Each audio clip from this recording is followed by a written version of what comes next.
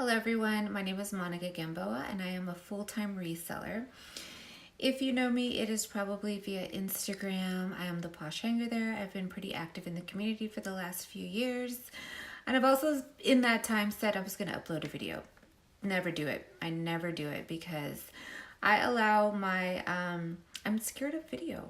I'm so uncomfortable with video. Am I shy? Absolutely not. But I don't like video. So I am not going to edit this. I apologize ahead of time if there's some eeks there. I actually filmed my last video, had it edited, and didn't upload it because I had too much time to think about it and nitpick the hell out of it.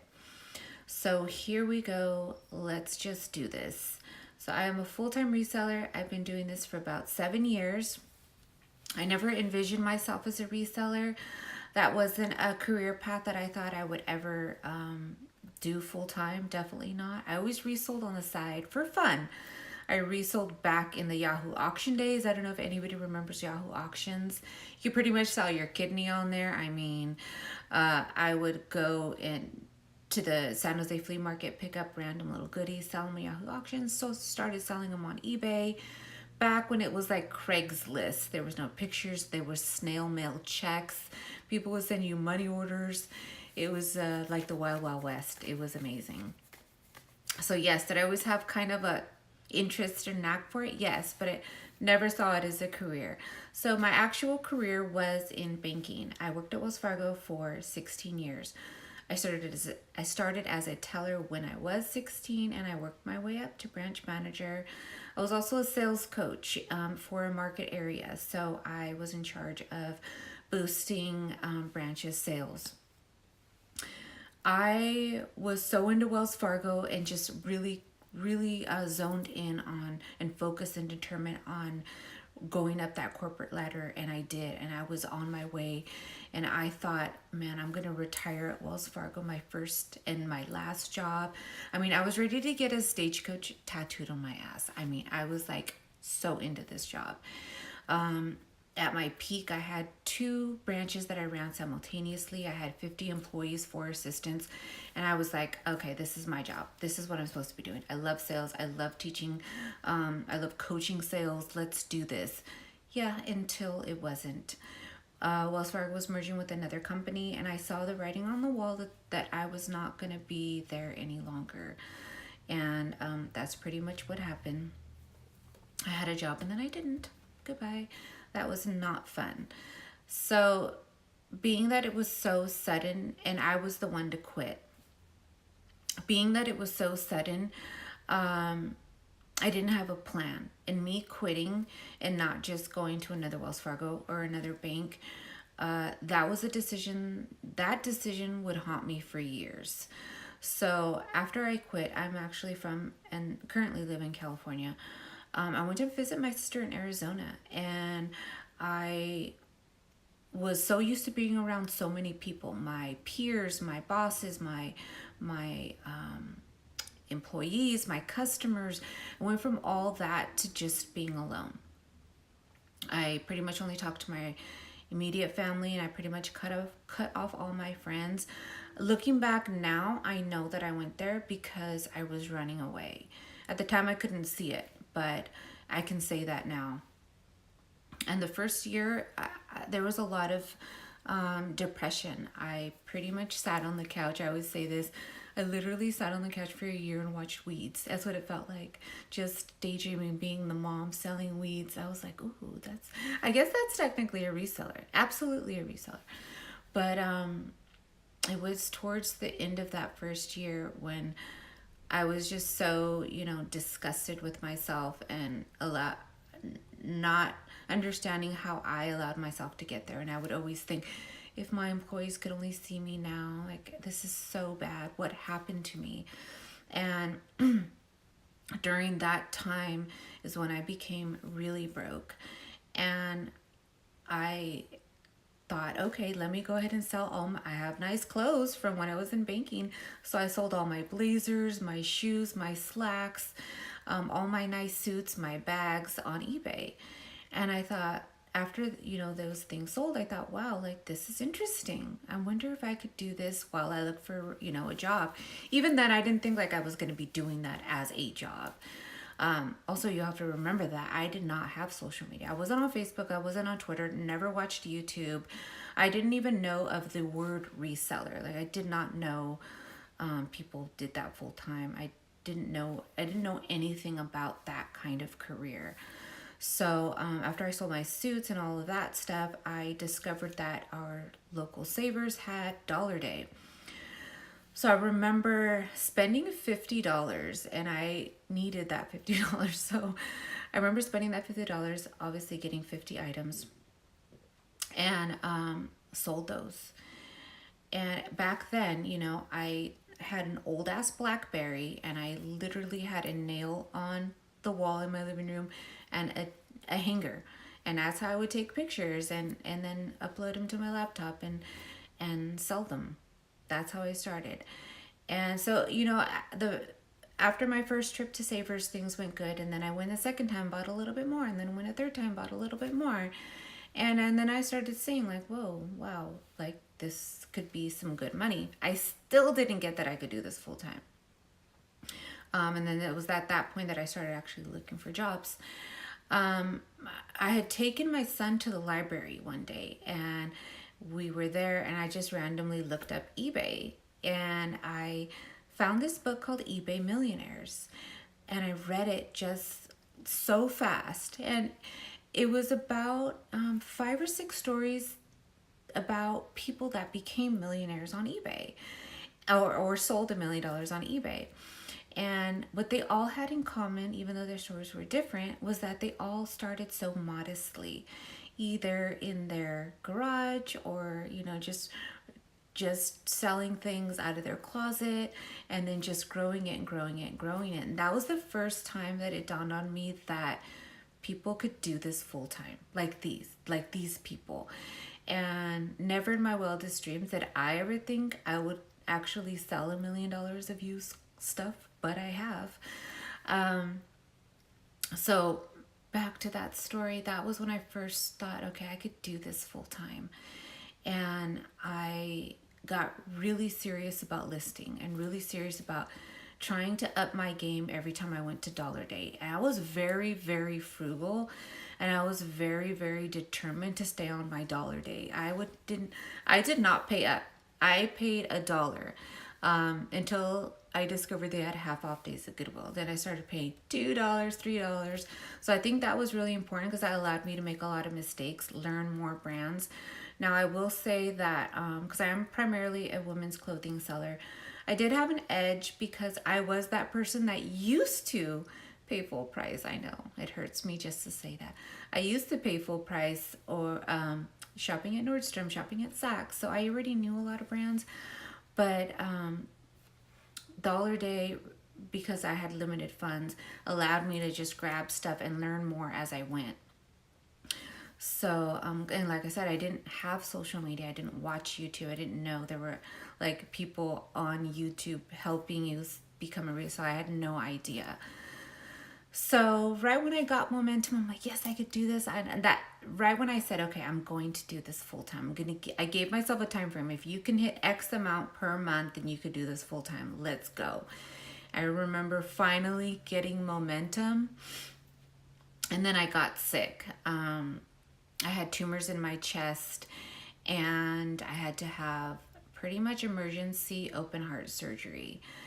And yeah, that was a setback, to say the least. That was a setback. But during that recovery time, because there was a lot of, obviously downtime, was in my head. I kept thinking, when I get better, I am just going to go so ham on this reseller. I'm going to go so ham on Goodwill. I had all these plans of like how I was going to make my business better. So when I did get better, I started going like twice a week to shop, and I just doubled everything. And back then, I was 100% auctions. So I listed Saturday and Sunday primarily 100% auctions. I don't know if that same business model would work now. I actually low-key want to try it on a brand new account. But I didn't actually know most people did buy it nows until I got on Instagram. Because I had been doing auctions for so long. but I had built my business up to doing $20K a month, primarily from Dollar Day and Half Off Day at Goodwill and Savers. So yes, I knew at that point that I was going to want to do this. My goal was always to have my own website though. I never thought, okay, I want to be an eBay seller forever. Nothing against eBay, but that the thought of being self-employed but not having your own thing, that was always my goal, to have a website. So when I was in Arizona, I was ready to come back to California. That was my goal. So when I get back to California, I had been building my book of business and saving people's information and thinking, okay, I'm going to launch my website and this could be so great. And I came back to California. It took a little while to find a place, so that kind of derailed my situation. When I found a place and I thought, okay, I'm going to do this, I'm ready. And I had a photographer, which was my sister. She is a professional photographer. I had a makeup artist, which is my cousin, I have a lot of family, okay, I'm Mexican, who is a makeup artist. And I ordered clothes and I got a model and I did a whole website. And it did great, and I was so happy. And then unfortunately, my dad passed away. My dad got sick very, very suddenly. He was sick with cancer, and he passed away. Okay, reel it in, Monica, reel it in. So I did not to keep my website going, because that took a lot of mental space. It was new, getting, I was buying wholesale items, wholesale brand name items. I was trying to build it like an actual business, and that just took so much out of me that when my dad passed away, I just reverted back to what I knew, and that was just regular reselling from the thrift. And so that's what I did. I went back to just regular reselling. But still, it was always in my mind to get back to that place. And I'll talk about that in a second. But so when I went back to just regular reselling, I discovered Instagram, because I was like, oh, when I was about to build when I did build my temporary website, I got on Instagram, of course, like a hashtag, eBay store, because I started it with my eBay store, and hashtag all the stuff. And that's how I stumbled onto the reseller community, because I made that Instagram and hashtag ebayseller.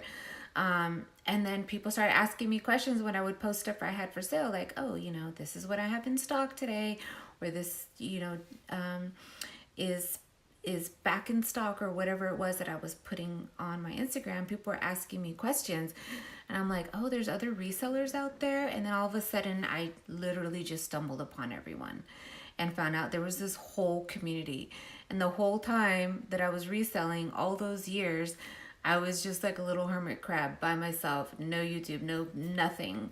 So I didn't know this whole community existed. And that was just like the biggest breath of fresh air, and just finding all these friends and people that actually understood what I was going through. And then just the differences and things that I didn't know. Like, I didn't know it was called sourcing when you went shopping. I called it going to Goodwill, or, just shopping. I didn't know people sold things on Amazon. I thought it was just Amazon. That's when I found my friend Reezy. And because of him, I started selling on Amazon. And Amazon is amazing. I wouldn't have started Amazon had it not been for Instagram. So stumbling onto the community was definitely such a blessing. I've made lifelong friends, people that I will know for the rest of my life. So that's been amazing.